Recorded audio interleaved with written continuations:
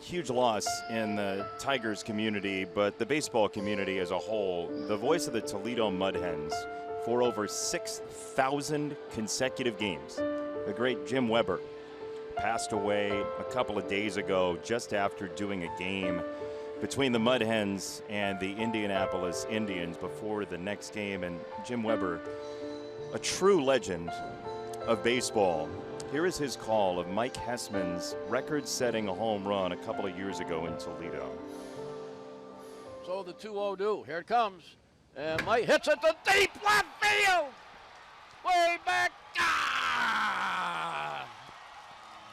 The pressure is gone. The ball is gone. Man, this place is going crazy, and there's about 5,000 more people that wish they were here right now. Every trip to Toledo as the voice of a team in Syracuse in AAA when I was doing minor league baseball was not complete until a conversation with Jim, who was the traveling secretary for years. But he was an absolute institution. And Andy, I know you were around him when you were a Mud Hen. Jim was one of the funniest guys you would ever talk to. He really was. You know, we did a little, it was a media day in 2011. I started off in Toledo, and Jim comes up to me, and I don't really know the staff and people that well yet. I played a month the year before, so I remember Jim. And he's like, hey, Andy, we are so happy to have you on this squad, to have you in Toledo. So he asked me a couple of questions, and then he kind of rounds it up with, but, in Toledo, we like winners, and we like to win games. What is the probability that how long you're going to be here, and he went in on this little tangent about how Toledo likes winners, all in good fun, all in good respect. He was a great guy. One of the kindest guys I remember being around the clubhouse. Yeah, so as Will Smith checks into this game and the beach ball, you talk about fun people. Maybe that's for Jim. Just a beach ball out onto the field. Yeah. He'd love that. So on that home run that Hessman hit, right, to set the minor league record, and Hess obviously a member of the Tigers organization now on the hitting side in AAA. But at the end of that call, they have this shot of Hess coming around third base, and it's down from field level.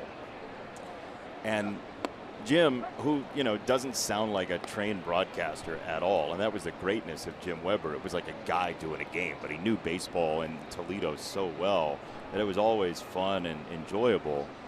But at the end of that call, there's the opposite way again. Colt Keith just dumps it in, former Mud Hen as he is, with a leadoff single here in the seventh.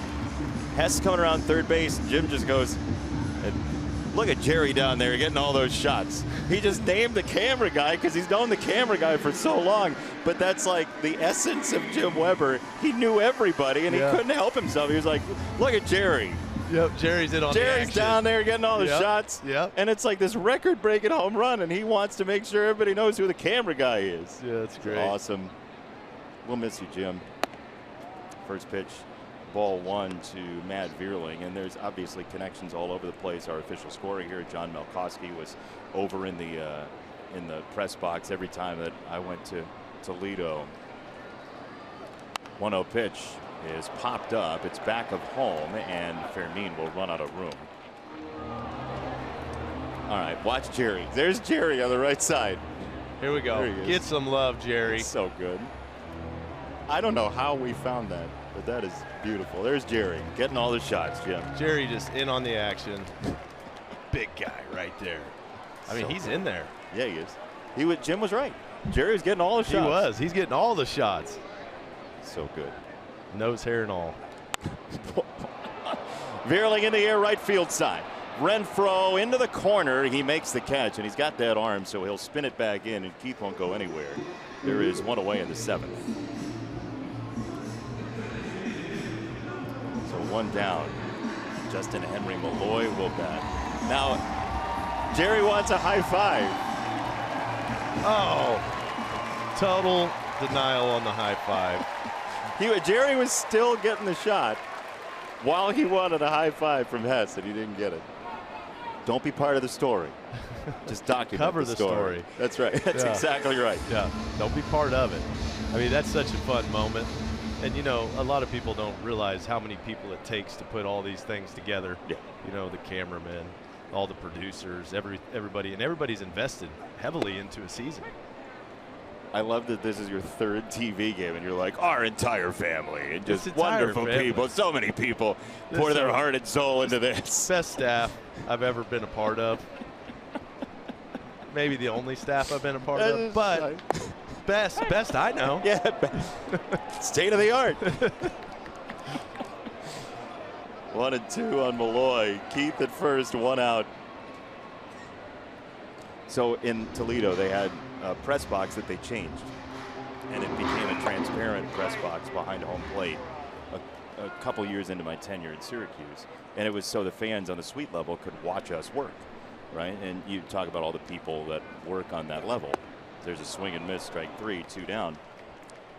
Kevin Brown and I, the voice of the Baltimore Orioles, were in there for the first day, and Jim was telling us about the new transparent press box. And he comes in and he goes, you see on the glass, they put these feathers on the wall?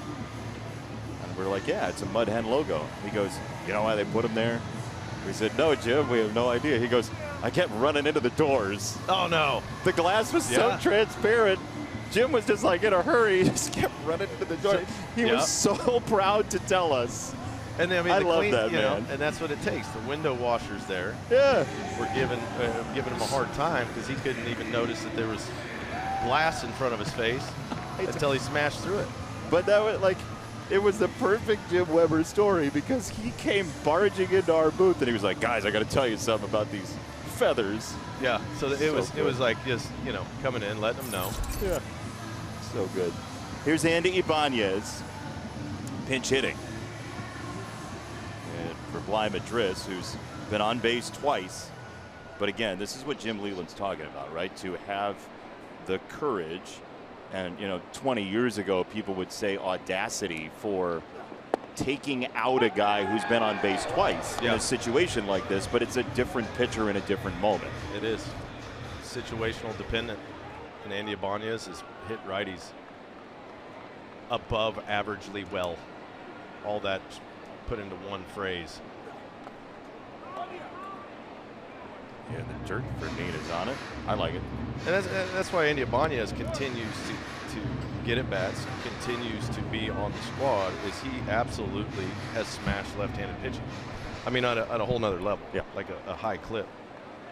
And this is the situations like Todd Jones was talking about, where AJ's trying to set guys up for success. And you see Will Smith going to his breaking balls early, and that's why, you know, they had a little discussion out there how they're going to approach Andy Ibanez, reminding him of who he is, what he's capable of. Renfroe on the move to the corner, and Hunter Renfroe gets under that and makes the catch. What a play.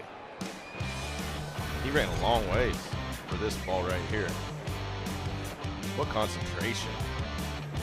Checks the wall, checks the glove. He got it.